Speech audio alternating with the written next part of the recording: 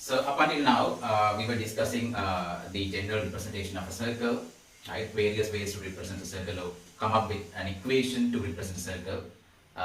Then we learned how to position a line relative to a circle, right? Whether it is lying completely outside, touches the circle or intersect.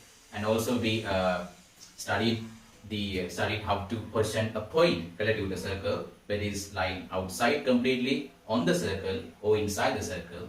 Then we studied how to get the equation of tangent lines, right? How to get the length of the tangent line. By length I mean the length between the point, right? The point lies outside and the point on the circle, right? Then how to obtain the equation of the code of contacts. Then after that we represented a general circle that passes through the point of intersection of a circle and a straight line, right? So up until now we were discussing what goes on when we have a circle and a straight line. What are the things that can happen? Now we are going to study intersection of two circles, right? So if we have two circles, how would they intersect? Now there are 5 possibilities in this case, right? So intersection of two circles. And we can discuss the criteria. Now this is fairly intuitive, right? So you can derive this relationship using your common sense. When කිසිම දෙයක් ඕනේ නැහැ. Circles දෙක අඳගන්න මොකක්ද අවශ්‍ය තියෙන්නේ කියලා හරියටම බලා ගන්න පුළුවන්. First case, separated, lie outside. That means if you have one circle like this and another circle, so I'm going to draw them as one is bigger than the other just to make a distinction. So we have like center of this circle is C1, center of this circle is C2, and suppose this is R2 and we have R1 here. Okay. Now if these two circles are completely separated, right, they are not even touching each other, then what should be the criteria? What the criteria we know? C1, C2 distance must be greater than the addition of the radius. This is the radius R1 and this is the radius R2. C1, C2 must be greater than R1 plus R2. This is the condition. The first condition to be met. Okay. So here the distance between two centers. Right. Now what is the condition when the circles touch each other externally? Right. So two circles touching externally, right? They should be touching each other and they should be external, right? That means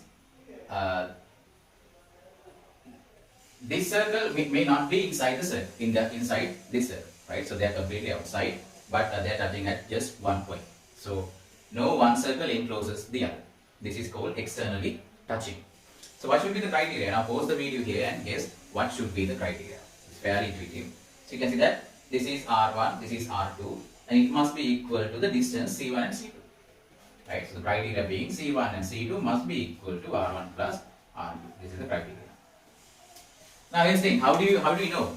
Without sketching graphically, okay, using graphs or any other methods, we can directly determine whether the circles are completely lying outside, right, or they are touching externally, or the other 3 possibilities, just by looking at the distance between the two centers and the radius. So you should know how to find the center of a circle, how to get the radius of circle. If you know these 2 things, then this is easy. Right. Then third case. Now we are making them closer and closer. So once they are apart, right, by this much, now we are then putting closer and closer together. So now when we are doing it, it could touch at one point. This is external touching. Now if I push this circle towards this circle more, then what will happen is that this circle will intersect the other circle at 2 different points. So that's the third criteria. We have this circle here, and does it look like a circle? And we have another circle, smaller one. Okay. Now we have this center C1, center C2.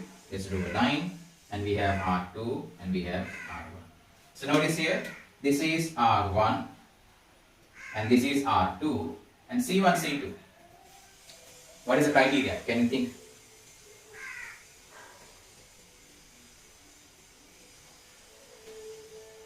Can you guess? Right.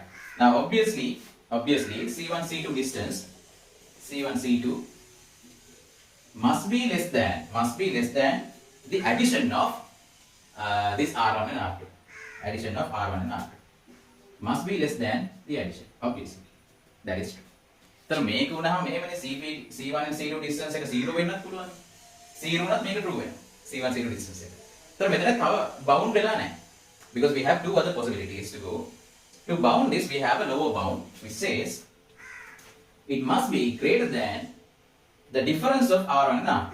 The difference. R1 minus R2. Difference. Because this difference refers to internal touching. So we'll get to that next. Okay. Then R1 minus R2. Now here's the thing. We don't know which R is greater than the other one. So we are going to use absolute signs just for this one. Make it absolute signs for because we don't know which is greater. Then fourth possibility is internal touching, right? Circles touching internal. Circles touching internal. So it will touch. They will only touch. They will not intersect. They will touch, but internal. That means one circle is inside the other. We have a bigger circle and we have a small circle. Like this.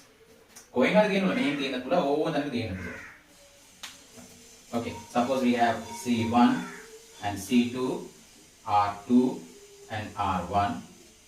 So this is the line that joins C1 and C2. So in this case, this distance is R1 and this distance is R2.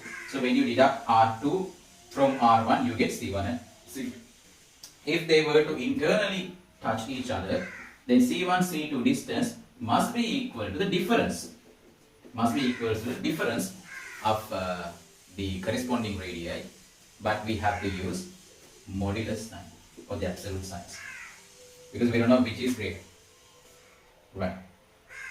Now I'm going to push this a little further towards center of the circle. Then what will happen? They will no longer touch each other. So that's also a separatism, kind of a separatism, but one circle is completely inside the other in that case. So the last possibility, the fifth case is the circle lie circles lie one circle lies inside the other. One circle lies inside the other, completely lies, no touching. So when does that happen? We have this circle, suppose draw a circle.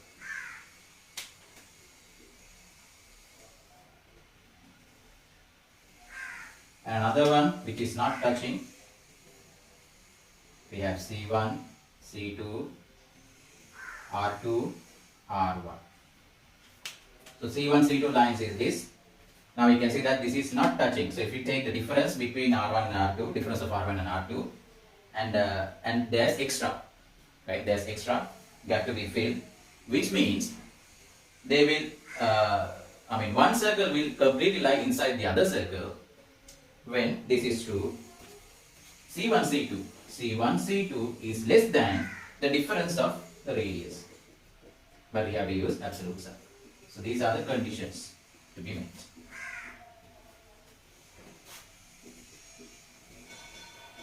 Right. These are the conditions.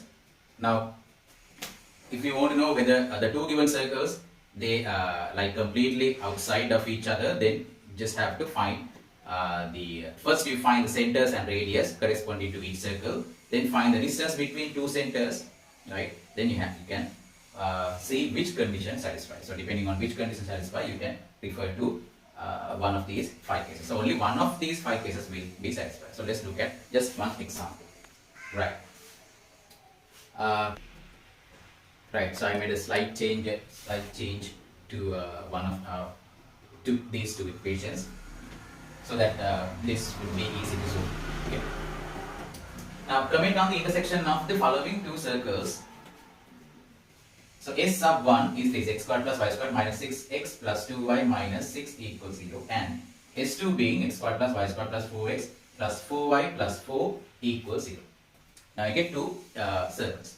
Now we want to know whether they lie completely outside of each other, they will touch externally, or they will intersect, or they will touch internally, or one circle will lie inside the other. For that you need the two centers. Okay, so first let's find the center and radius. S1 equals 0, let's take. So the center C1 is, how do you obtain the center? Just divide this by minus 2. Then we get 3 minus 1. And C2 center, divide this by minus 2. Even minus 2 will divide right?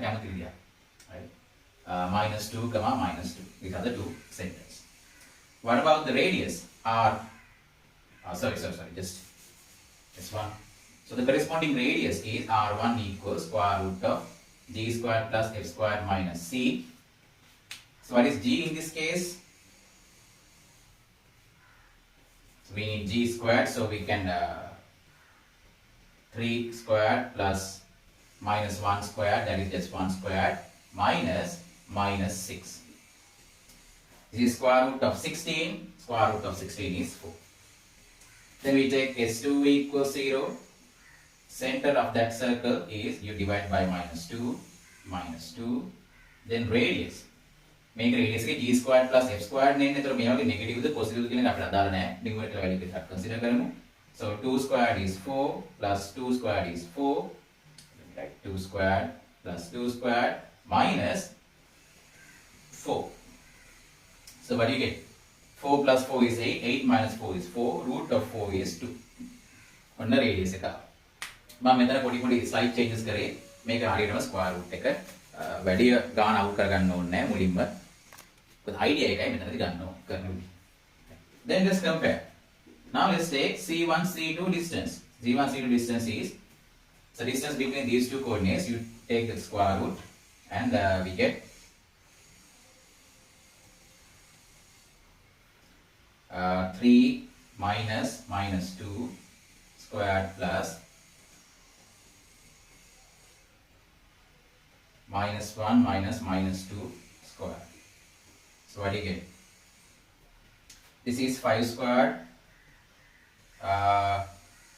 Then this is plus 1 square. So that is what? This is 25 root 26. Slightly greater than 5. Slightly greater than 5. Slightly greater than 5 root 26. Right. Next we have to check the difference of the two radii and addition. So addition R1 plus R2, what does that tell you? R1 plus R2, 4 plus 2 equals 6. 6. So definitely R1 plus R2 must be greater than C1 and C2. Definitely. Okay. Now let's check R1 minus R2 modulus. What do you get? 4 minus 2 modulus is 2. Now C1 C2 is definitely greater than 2 and it's not equal to, definitely less than 6. So we can infer that this implies C1 C2 is less than R1 R2 modulus. So greater than this one and less than R1 plus R2. Therefore circles, what do? Intersect at 2 points. 2 distinct points. So they will intersect at 2 distinct points. If C1 and C2 is equal to this value, then they will touch externally. If C1 and C2 greater than this value, then they will completely lie outside of each other.